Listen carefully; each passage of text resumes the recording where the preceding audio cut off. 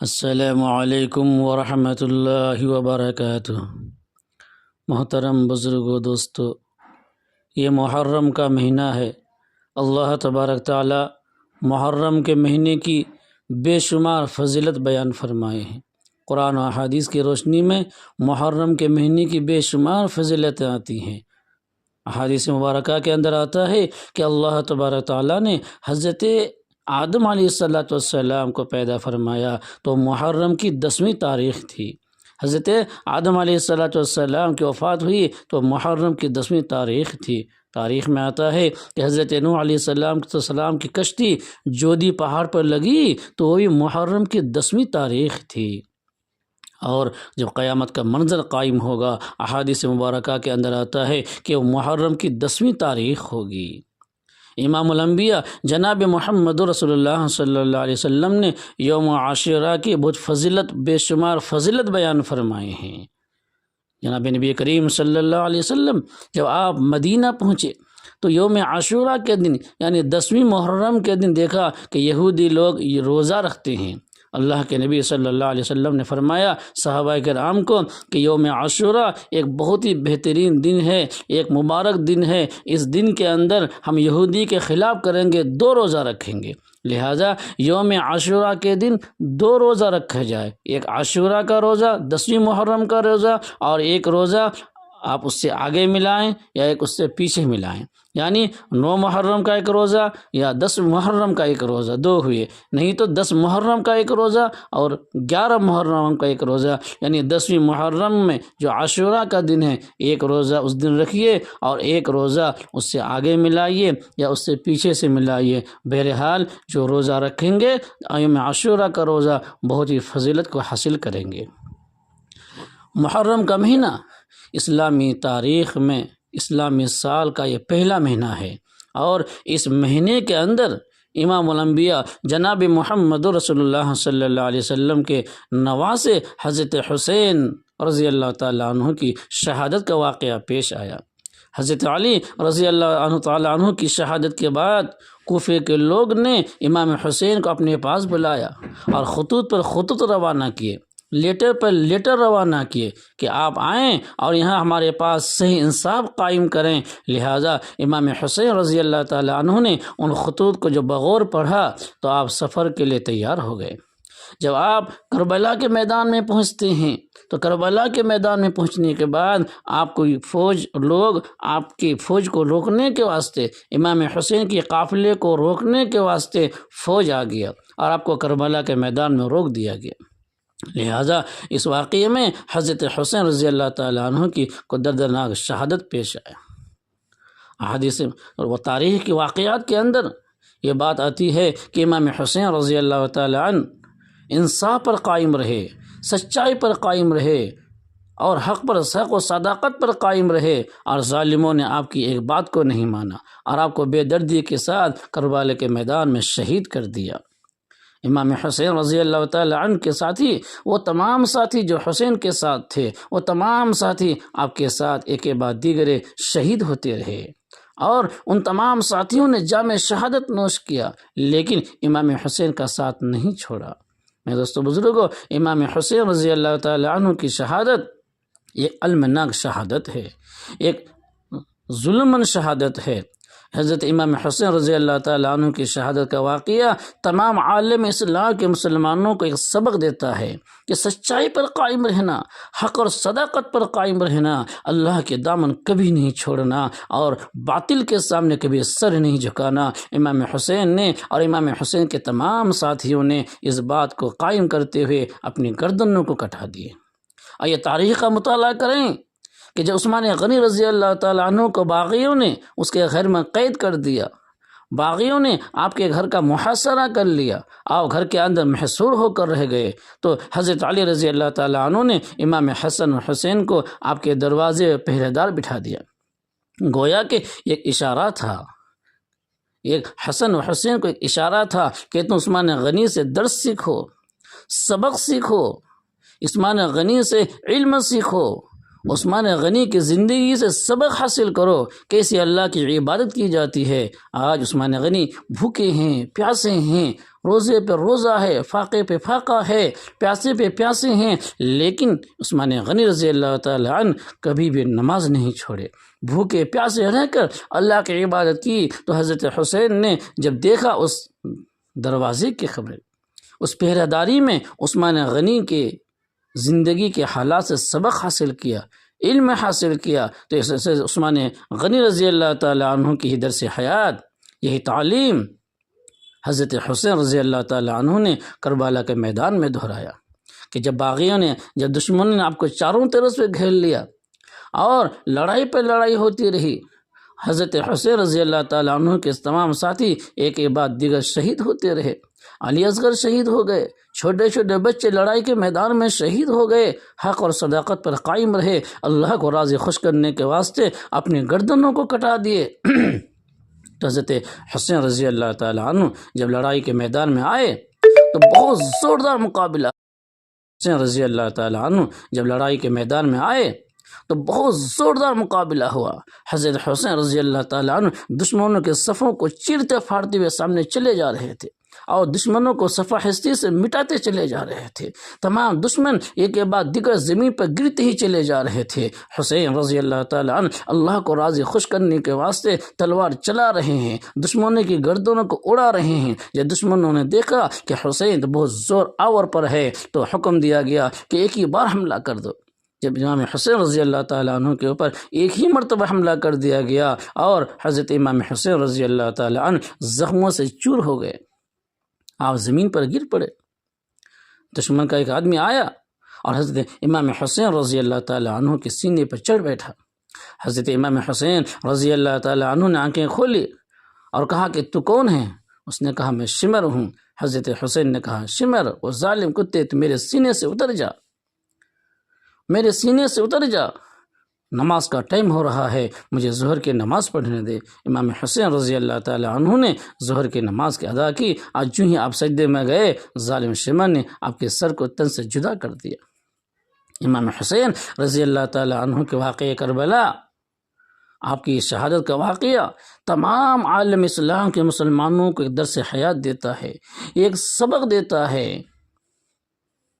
ایک سبق دیتا ہے کہ امام حسین نے کس طرح اللہ کو راضی خوش کیا، بھوکے پیاسے رہے، تمام افراد اولادوں کو اپنے سامنے اس کی گردنوں کو اڑتے ہوئے دیکھے، جام شہادت نوش کرتے ہوئے دیکھے، ساتھیوں کا قافلہ وہاں تڑپتے ہوئے دیکھا، لیکن ایسے حالت میں بھی حضرت حسین رضی اللہ تعالی عنہ نے نماز نہیں چھوڑی، نماز پڑھ کر دکھایا۔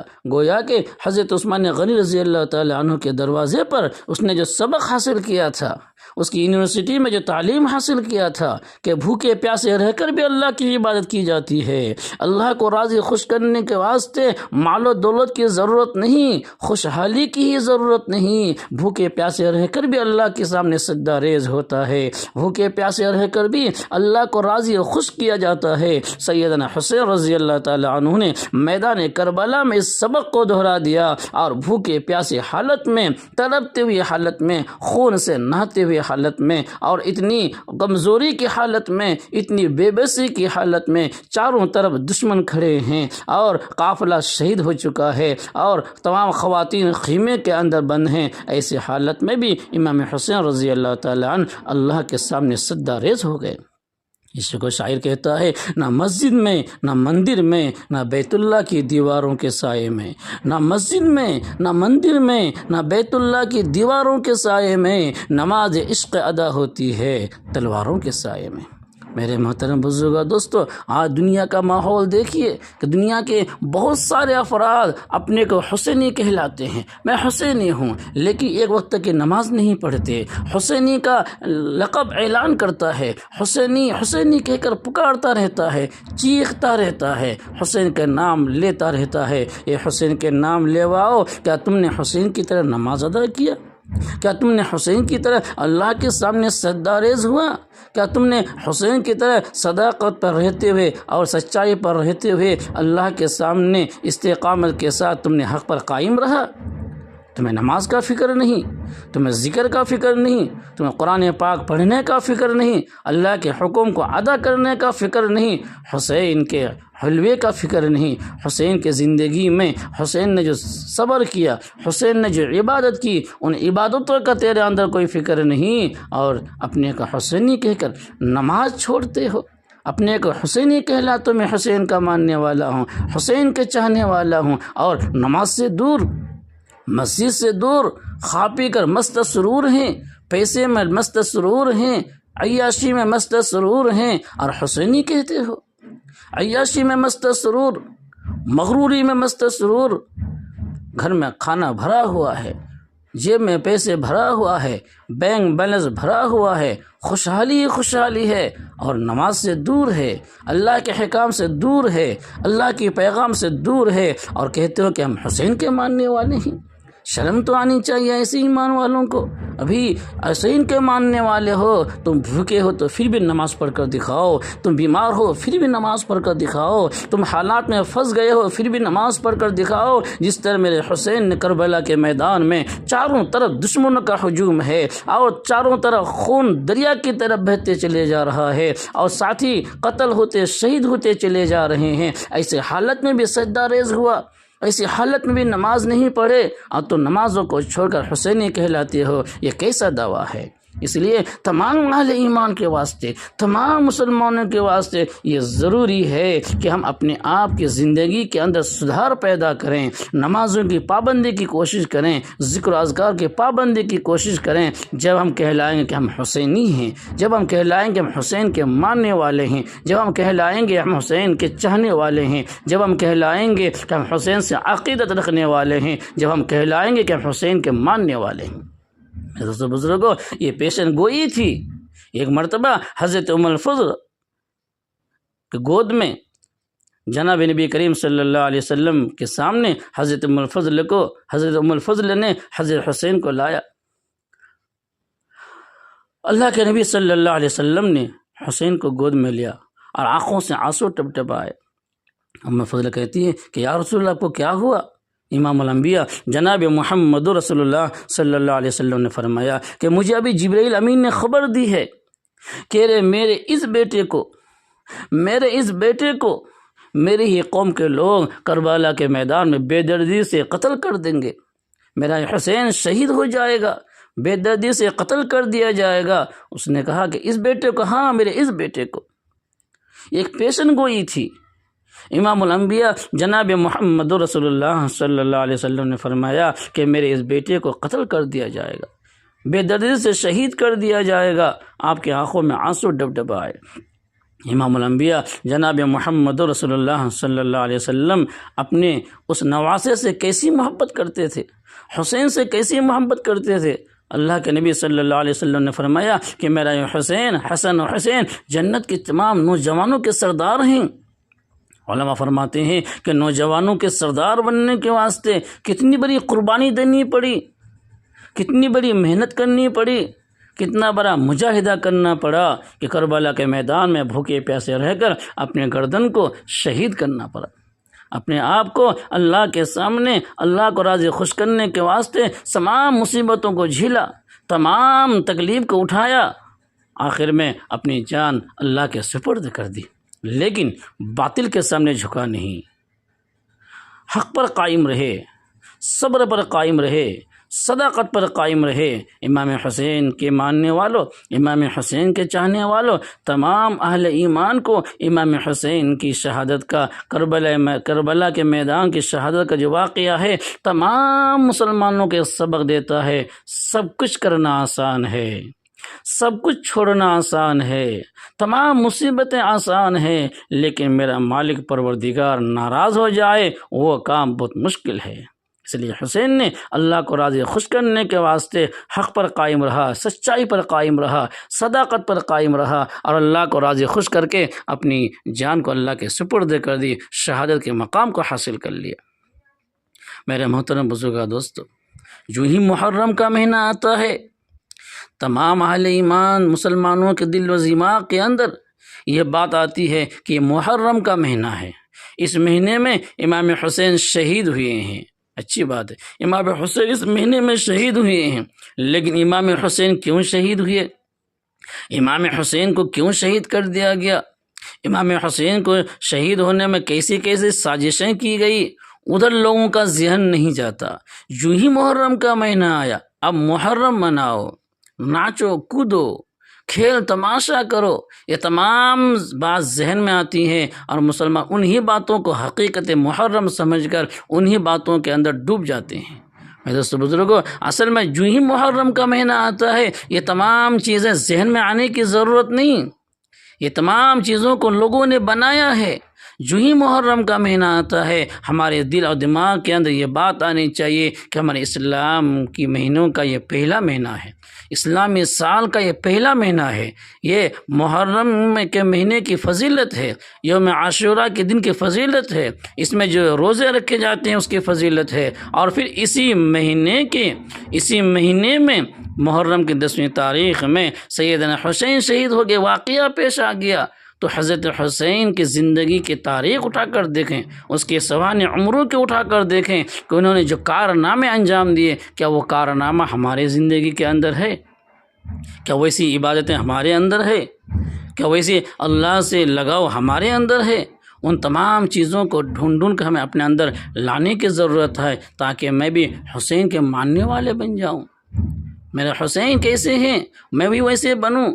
حسین نے اللہ کو راضی خوش کرنے کے واسطے کیسی قربانی دی، میں بھی ویسی قربانی دوں۔ میری یہ وقت کی نماز نہ چھوٹے، میری فجر نہ چھوٹے، میری ظہر کی نماز نہ چھوٹے، میں حق اور سچ پر قائم رہوں۔ ان باتوں کو تلاش کر کے زندگی میں داخل کریں گے تو ہم کہیں گے کہ ہاں آپ حسین کے ماننے والے ہیں۔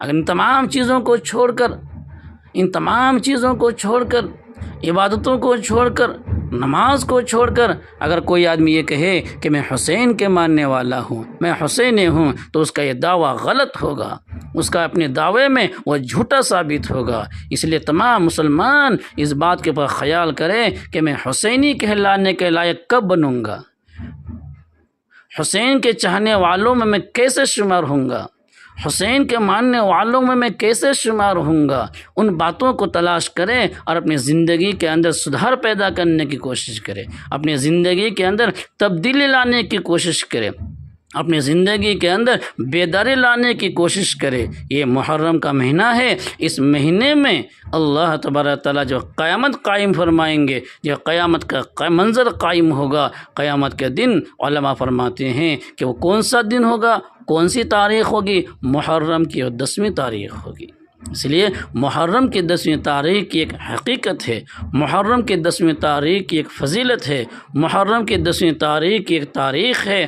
تمام مسلمان ان چیزوں کے اوپر غور کرے، ان چیزوں کا مطالعہ کرے کہ آیا میں کیا کروں، میں کون سے اعمال کروں کہ اللہ مجھ سے راضی خوش ہو۔ ان تمام چیزوں کو چھوڑ کر عیاشی میں، عریانیت میں، ناچنے میں، ڈھول دھماکہ بجانے میں، گھومنے اور پھرنے میں، آتش بازی کرنے میں لوگ لگے رہتے ہیں، تو کیا یہ حسین کے ماننے والے ہو گئے؟ کیا انہوں نے محرم کی حقیقت کو پہچان لیا؟ نہیں، یہ غلط ہے، یہ بہت غلط ہے۔ ان غلطیوں سے انسان کو بچنا چاہیے اور اپنی زندگی کے اندر تبدیلی لانے کی کوشش کرنی چاہیے۔ اللہ تبارک تعالیٰ تمام اہل ایمان کو سمجھ عطا فرمائے۔ امام حسین کی شہادت، جن لوگوں نے امام حسین کو کوفہ بلایا کہ ہم آپ کے ہاتھ پر بیعت کریں گے، آپ کو ہم یہاں کا خلیفہ بنائیں گے، آپ کے ہاتھ پر بیعت کریں گے، آپ کے ذریعے سے صحیح انصاف قائم کریں گے، اگر ہم یہ سوچیں کہ حسین کی شہادت کا ذمہ دار کون ہیں وہ لوگ جو حسین کو شہید کرنے میں ذمہ دار ٹھہرے؟ کون ہیں وہ لوگ؟ کون ہے وہ مجرم جنہوں نے حسین کے ساتھ دھوکہ بازی کی؟ تاریخ اس بات پر گواہ ہے کہ جن لوگوں نے حسین کو خط لکھا، جن کے ہاتھ پہ قلم تھا خط لکھنے کے واسطے، حسین کو بلانے کے واسطے، حسین کی شہادت کے واسطے، حسین کو قتل کرنے کے واسطے، انہی لوگوں کے ہاتھ پر قلم کے بجائے تلوار تھا۔ جو لوگ بلائے وہی لوگ دھوکہ دیے۔ تو وہ سازش کے تحت، سازش کے حساب سے حضرت حسین کو دھوکہ بازی کے حساب سے بلا کر شہید کر دیا گیا، لیکن حسین صداقت پر قائم رہے، حسین باطل کے سامنے نہیں جھکے۔ اس لیے تمام مسلمانوں کا اس سے ضروری ہے کہ ان باتوں کے اوپر غور کریں کہ ہم بھی تو دھوکہ بازی نہیں کر رہے ہیں، کہ ہم بھی تو حسین کے ساتھ دغا بازی نہیں کر رہے ہیں، کہ ہم بھی تو دھوکے کا انداز نہیں استعمال کیے ہیں کہ ہم حسینی کہلاتے ہیں اور حسین کے کام نہیں کرتے۔ ہم اپنے آپ کو حسینی کہلاتے، میں حسین کے ماننے والا ہوں، لیکن حسین نے جس طرح کام کیا، جس طرح اللہ کی عبادت کی، جس طرح اللہ کو راضی خوش کرنے کے واسطے صبر کیا، ہم ویسے نہیں کرتے ہیں۔ ہمارے اندر نہ صبر ہے، ہمارے اندر نہ شکر ہے، نہ ہمارے اندر عبادت ہے، نہ ہمارے اندر ریاضت ہے، نہ ہمارے اندر ذکر اذکار کا ماحول ہے، اور پھر ہم نمازوں کو چھوڑ کر، ذکر اذکار کو چھوڑ کر ہم غلط چیزوں میں جا رہے ہیں اور غلط میدان میں قدم رکھ رہے ہیں، اور ہم اپنے آپ کو حسین کے ماننے والے کہہ رہے ہیں، تو گویا کہ ہم حسین کے ساتھ دھوکہ کر رہے ہیں۔